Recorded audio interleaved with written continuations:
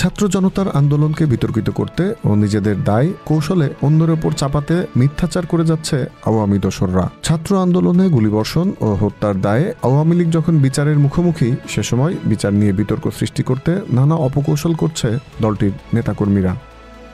ভারতীয় মিডিয়া আজ তাক বাংলায় দেয়া এক সাক্ষাৎকারে পলাতক এক আওয়ামী দোসর আইনজীবীকে বলতে শোনা যায় যে ৫ আগস্ট আওয়ামী লীগের নির্দেশে নয়, হিজবুত তাহরীরের নির্দেশে ছাত্র জনতার উপর গুলি করা হয়। বাংলাদেশে খিলাফত প্রতিষ্ঠার জন্য ও আওয়ামী লীগকে বিপাকে ফেলতেই নাকি এমন ষড়যন্ত্র করে জঙ্গিরা।